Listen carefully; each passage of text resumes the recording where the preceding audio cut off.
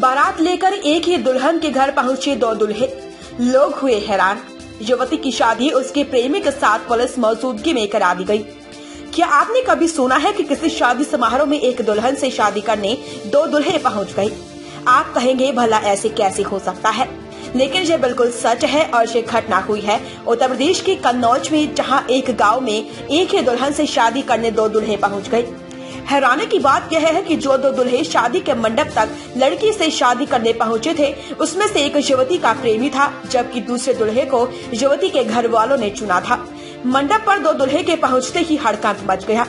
यह अजीबोगरीब मामला कन्नौज के ककलापुर गाँव का है, जहां सौरिक थाना क्षेत्र से दुल्हा बारात लेकर शादी के लिए पहुंचा था।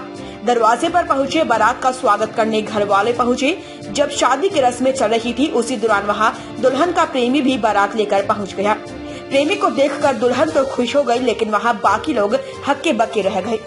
प्रेमी की बारात देखने के बाद युवती के माता पिता द्वारा चुने गए लड़के से शादी करने से इनकार कर दिया। इससे पहले कि वहां बवाल भड़ता, कुछ लोगों ने पुलिस को इसकी सूचना दे दी। मौके पर पहुंची पुलिस ने प्रेमी और दुल्हन को हिरासत में ले लिया है। इसके बाद दोनों पक्षों में सुलह के लिए बातचीत होने होगी लगी। बता दें कि युवती के प्रेमी की भी 23 जून को शादी तय हो चुकी थी, लेकिन वो बारात लेकर प्रेमिका के घर पहुंच गया। प्रेमी की जिस परिवार में शादी तय हुई थी, वो भी मौके पर पहुंच गए और प्रेमिका से उसकी शादी का विरोध करने लगे। तीनों पक्षों में चली घंटों की पंचायत के बाद युवती के परिजनों ने दुल्हे का सामान वापस कर दिया। दुल्हे ने भी तलब में मिली बाइक वापस कर दी। वहीं दूसरी तरफ युवती के प्रेमी ने भी जहां शादी तय हुई थी, उस परिवार को धनराशि वापस कर समझौता कर दिया।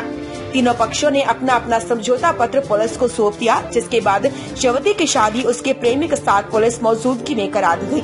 वही बारात लेकर आया दुल्हा शादी न होने पर मायूस था।